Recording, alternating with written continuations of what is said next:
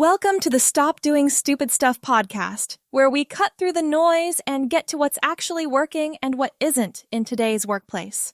In today's episode, The Engagement Paradox, Why More HR Tools Are Making Things Worse, host Tim Keefe, CEO of Transform CX and SDSS Global, and Andreas Wieman take on a sharp article from Arizona Big Media by Aaron Murphy titled, Why Smart HR Tools Are Becoming Every Company's Competitive Advantage. The argument is more uncomfortable than the usual HR tech pitch. The real problem isn't that companies lack tools, it's that they have too many, and none of them are actually moving the needle. Tim and Andreas dig into what they call the engagement paradox.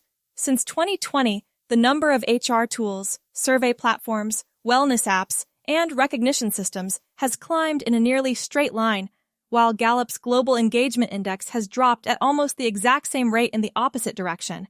More investment, worse outcomes. Nobody's asking why. The conversation gets specific, fast.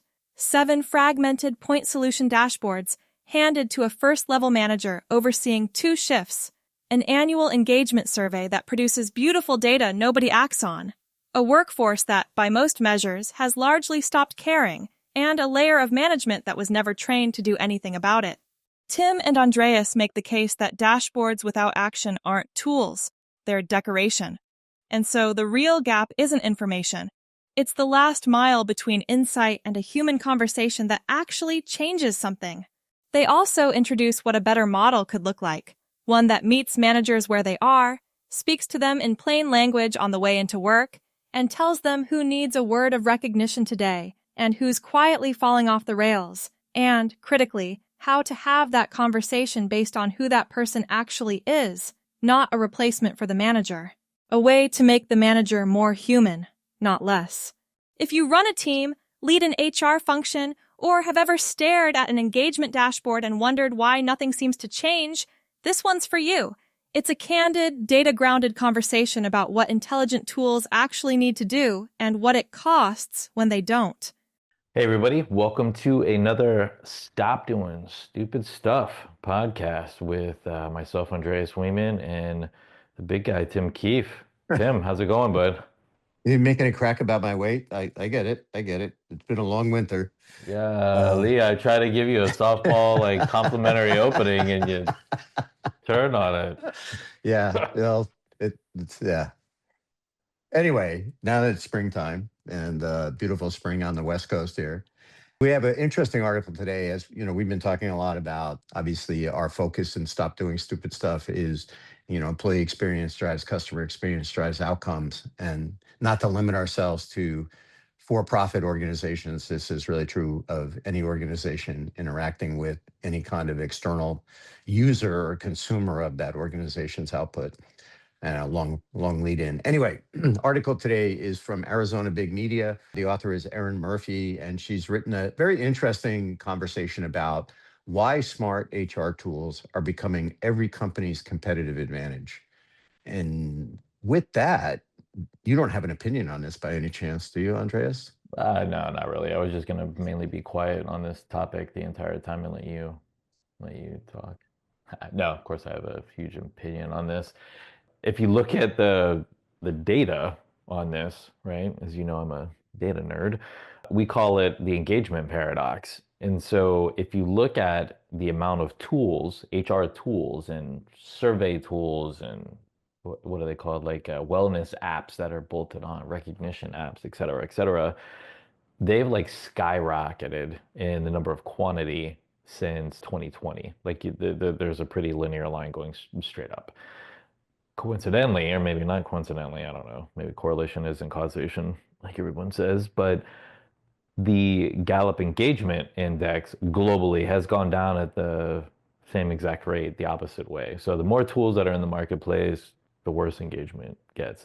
Now, there's a lot of factors that go into that, but I would at least say the HR tools themselves, how well are they adopted and how well are they getting used? And I think that's where a lot of organizations need to be able to come in and say, how are we using these tools? What are we doing to objectively measure? One, not just checking a box and saying, yep, I used this tool and I approved payroll and then that was it.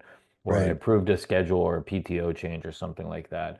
Those are all good. I mean, it's what year is it? 2026. I'm getting to the age where I'm forgetting the years That's now. pretty good. I'm shocked.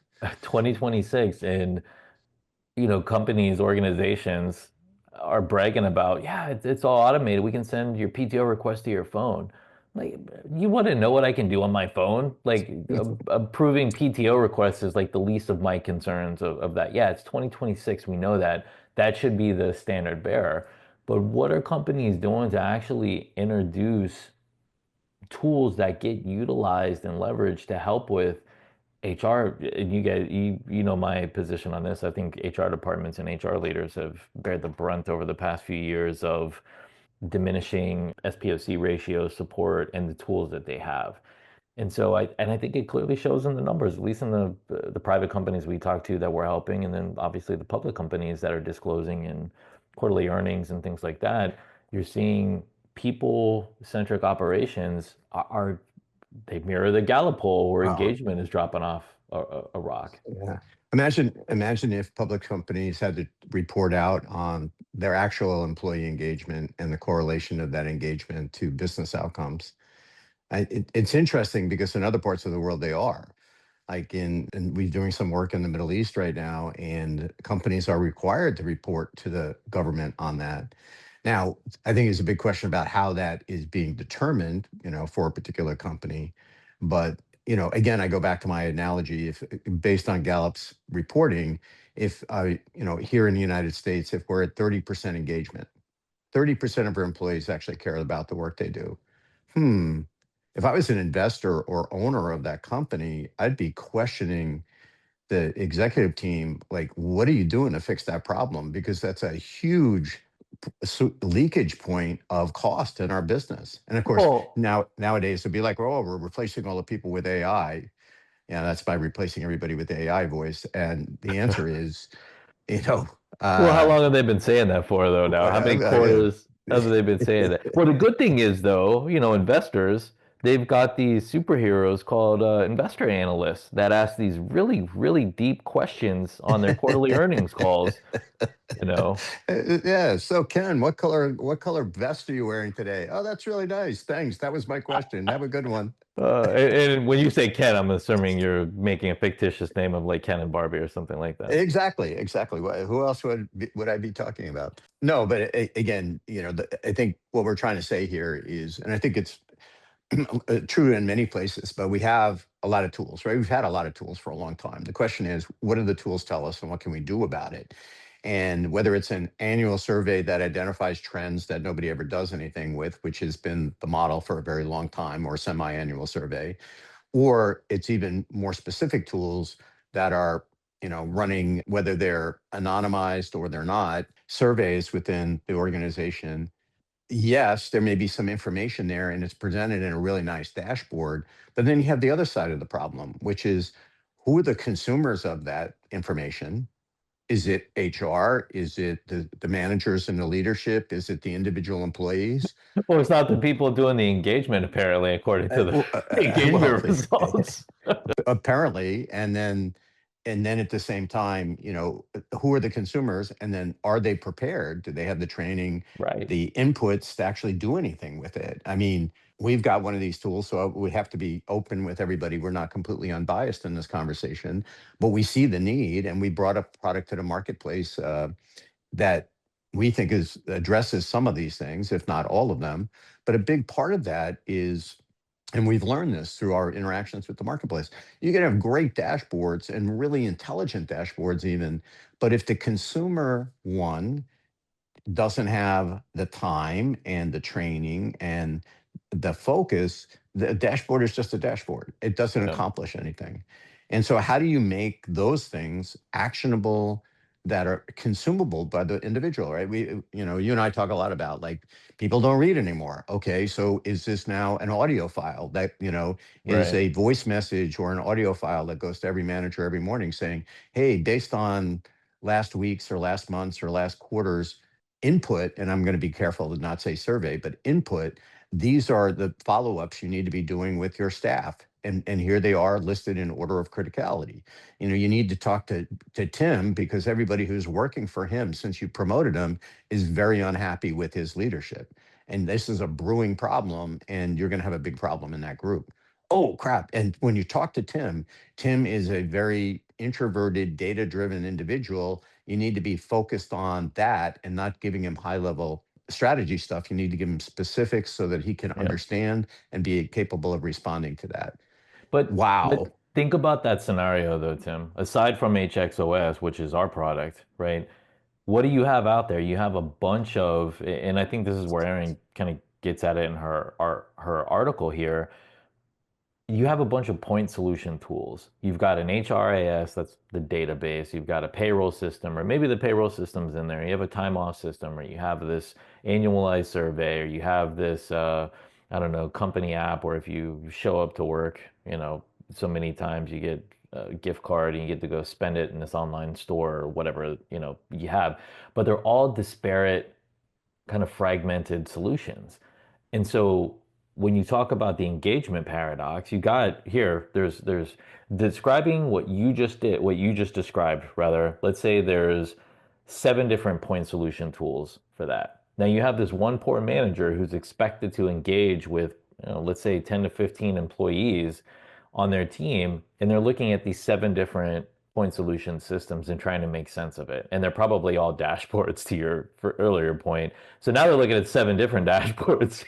What Yeah. is this? It's like someone coming into your office or your home, if you work from home, dropping a Lego, pouring a Lego bucket out right on your floor and saying, "Hey, I need you to make this really, really quick for me, and go give it to someone and present it to them." It's like it's not feasible. It's not feasible because they're all fragmented. Right. That's Right. my point. And That's so, all. well, no, but it's what we've seen for so many years. I mean, think about all the millions, tens of millions, billions of dollars poured into business intelligence. Yeah. And yet you would argue that what value did most companies get out of that other than more reporting and more dashboards? And if you don't have the training to interpret a dashboard to translate that into actionable items, that's a problem. And you and I Yeah. remember very specifically sitting with the client and them saying that to me, like, it's a really good dashboard, Tim. We think it's great. There's a lot of great information here. How do I make this actionable for my first level manager with 25 employees over 2 shifts who has a high school education? And that's something we've really taken to heart, which is we've got to be really conscious of, as we always say, right? What's the outcome? Because you can Yeah. have an interim step, which is we've done great analysis and it's beautiful, beautiful dashboard, gorgeous. It's like a piece of art, and then yet it's not actionable by that consumer. And I think this is really, really important. I like how Aaron kind of went at this, which is having intelligent tools can be an advantage, but that advantage only exists if the outcomes of these tools, the outcomes of using these tools, results in a more mature workforce. In other words, less turnover, higher tenure, and engaged so that they're doing a better, more engaged job with their customers, which results in better outcomes. Repeat business, recurring business, renewals, all of that stuff. And so many companies forget that. They get hung up on the numbers and forget about how it has to what the end result is that matters. You And know so what? it's like, You go know what ahead. though? It's probably given what you just described as all true. Everybody should just give up trying to do that apparently, and let's just go build rockets because that'll probably be easier to accomplish than doing what you just was said with the options that are out there. Yeah, well, that may be true. That may be true. And maybe not. Except for HXOS, but Yeah. it's kind of like what it feels like. It's complicated, but it's not being addressed. You know what I mean? And people, to your point, are not looking at the outcomes. They're not looking at the individuals. They're looking at averages of groups and things like that because that's the best view that they have right now. And everyone's kind of like toiling with it. It's rough if you're listening to this and you feel that same way. We feel for you. That's why we created HXOS. We needed to look at how can we solution something that is going to get to the personal level and personalize it for that individual. It doesn't matter if they're a janitor in an office building or they're, a CFO of a multinational organization. Everybody should know what their contribution is to the goal. And that's what HXOS kind of delivers back. Agreed. Agreed. And again, we try not to make this a marketing thing, but I think we're just aligning to the authors that are out there and the need that people are Yep. talking to. And again, I think this is not just about reaching out to a broader audience. You think about the same thing in the world of nonprofits. You think about and who are the people whose information that matters, right? Like we're doing some work with an early childhood education nonprofit, and one of the things that they really want to know is the input from the parents, right? Of the pre-kindergarten kids. How do you feel about your child's experience in our program? How are do you feel like you're getting information from the teachers, the manager, et cetera? And at the same time, you want to engage with those people who are delivering that service. Whether they're dealing with infants or they're dealing with 2-year-olds or they're dealing with 5-year-olds, and are they getting the tools and support they need to be effective in that? Because again, the ultimate consumer here is the child and the parent, and you're delivering a service and blah, blah, blah, blah, blah, blah. Again, I don't want to beat it to death, but I'm just, you But think no, it's about these valid. audiences, Yeah. and They all they need have, it. well, They all need help. well, and I think there's many components to this, but you think about, first off, everybody is different, right? And how we Hmm. interact with them should be aligned with the way their personality responds most effectively to interaction. Right? There was Yep. a great book, The 1 Minute Manager. There's been Myers-Briggs, DISC. There's been all these tools for years that are out there that, say, hey, I went through DISC when I was at Wells Fargo, and it was like, oh, you had to have this card on your desk, and based on the color, it would tell the person who walked in how to interact with you. And I remember mine was like red, red, red, because I'm a very action-oriented person. And I always felt like, okay, that's interesting, but am I, how would that really apply in a day-to-day engagement? And but if you could plan, like if I, like one of the things we've done with our human experience operating system is bringing in this persona IQ, which is, hey, Mr. Manager, when you plan this discussion with Tim about the fact that since he's been promoted, everybody who works for him is really frustrated and concerned because all you do is yell and you're not listening because you're probably overwhelmed and afraid. How do I communicate with Tim in a way that's going to be effective? Because if Tim is an introvert and I come at him loud and screaming, he's probably going to just fold up and and stop listening. Whereas if Tim's an extrovert and in that same situation, and a shift from maybe a negative connotation to giving him some wins in the conversation, so get him to open up. Oh, wait a minute. And then people who are managers and supervisors would say, well, nobody's ever trained me how to do that. And okay, that's another problem. But we're giving you essentially that training in the moment to interact with this individual on this information type based on their profile and yours, so that you both come out of this with the best positive outcome of effective communication. That I think is a huge win. Agreed. And if I think we, Well, hold take, on. Just I want to say one thing before you move on, though. So, how? I think you missed one kind of key detail in all of that. How does HXOS give the person that's engaging with I forget the guy's name you're using in the scenario, Dave, I think. How? What are they getting out of? How is HXOS giving that to them? well, again, we talked about that is we've implemented an AI tool in there that makes it very communicative. Bingo. It makes it very the way people are used to asking a question and getting a response. So imagine, we'll do a scenario here. You know, uh, Tim gets in his car to drive for his 30-minute commute to go to his, mandated return to office. And while he's in the car, he can essentially virtually log in, or we send them an audio file from HXOS that says, hey, Tim, this is your management guidelines for today, the people you need to talk to and how you need to talk to them. First on the list is Andreas. He had a pretty good week and he did some really great stuff on the development side. You might want to just give him a couple of kudos and let him know that his energy and his engagement are really recognized. And then you could have Bob, and you really need to talk to Bob because Bob had a really bad week. He says it's not work related, it's personal, But Bob's been a really good performer, and he's influencer with other people in the team. They look to him for leadership. So it's going to be really important for you to check in with Bob today and find out what's going on, and if there are things that you could do to help him get re-engaged, because his being off the tracks is impacting other people in the work group. And then here's Sally. Imagine that, right? You just had that list as you were driving in the morning as an audio file, because people consume that more readily now. People don't like to read. And wow, what a way to go. I mean, I'm not saying I want to hear about people that are struggling in the office, but I like the idea that it's not just Bob's having a bad week. Hey, Bob had a bad week, and this is what you can do as a manager, as a supervisor, to engage with Bob to potentially derive a more positive outcome and everybody's happier. I think that's the type of tools that people are talking about and what they're thinking about. The other thing too, I want to be really careful here. This is not to say the AI is going to act as the supervisor and manager. Absolutely not. The AIs are not capable of that. And that is, I mean, both from a, specifically HXOS and Hexos AI is our AI.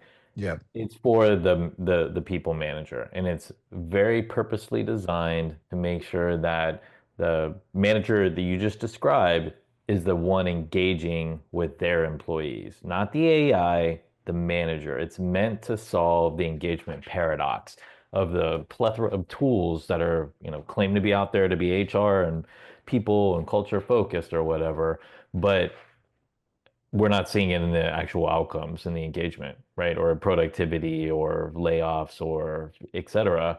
It's very much meant to bridge that paradoxical gap that we see there, to have the managers engage with the people, having AI help humans help each other. That's what it's for. exactly. Exactly. Anyway, we want to thank Erin for her article. I know we didn't go through it in step by step, but I think in fundamentals, we align with it. We think there's intelligent tools used intelligently. Oh, that sounds like a tagline. Can I really like create a that. competitive advantage. So Agreed. thanks for listening, everybody. Yep. Thanks, everybody. And remember, stop doing this stupid stuff. See you.